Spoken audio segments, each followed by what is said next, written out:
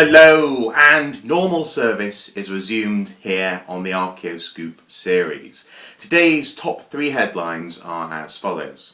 Headline number 1 comes from Easter Island, where a theory which was put to the test last year in October is stirring debate about the island and also the ultimate fate of its inhabitants.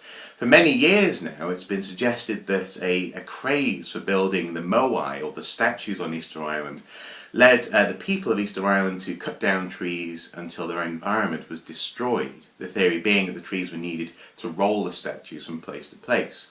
However, the story of these statues getting up and walking about has inspired research which led people last year to attempt to walk a moai statue, a 5-ton replica. And this research is leading some to think, well, actually, maybe it's entirely possible to move these statues without using or cutting down trees. This may well lead to the requirement of a rethink on the ultimate fate of the people of Easter Island, but not everyone is convinced, hence the debate. So no doubt discussion will continue. That's headline number 1. Headline number 2 comes from the English Channel, where, as you've probably heard by now, a Dornier Do-17 bomber was recovered a couple of days ago. Despite some fairly dodgy weather, the operation was eventually a success. And this news story is really just talking about now the next phase, the preservation of that aeroplane. It's been soaked or coated in citric acid based gels in order to keep it nice and moist for its trip to the location where it's going to be stored for the near future. And when once there, it's going to be put into hydration tunnels, and this could be for any amount of time between 6-18 months, maybe even a couple of years. So I suppose what this story is about really is the fact that now preservation begins of this bomber. Apparently it's an extraordinarily rare example. It's also extraordinarily rusted, so who knows what the end result will be. I guess we'll see. That's headline number 2.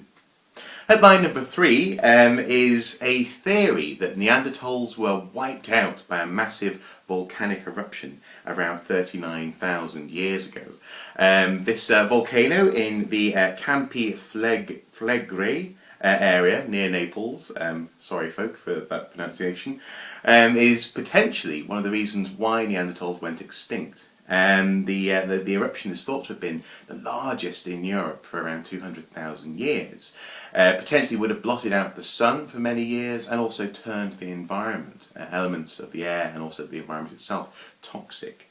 This may well have been a contributing factor to the demise of the Neanderthals, and this theory is being discussed at a conference in the British Museum on this very topic, on why and how Neanderthals went extinct and how the rise of Homo sapiens began. It's interesting, so many people talk in that kind of, beating them kind of sense, isn't it?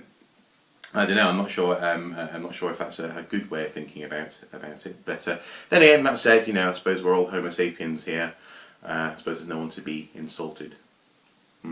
Anyway, those are the top 3 headlines for the day. As ever, those news stories, along with all the other ones in the past couple of days, can be seen in the information just below, so check out those news stories and read them at your own pace. There's plenty of interesting information for you to soak up.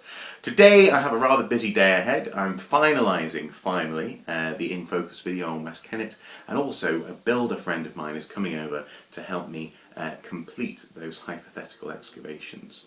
I'm very pleased with the result of the printing, but also what we're going to be doing today as well. It's going to be lots of fun. Anyway, busy day ahead. You guys enjoy those news stories. Until next time, bye bye.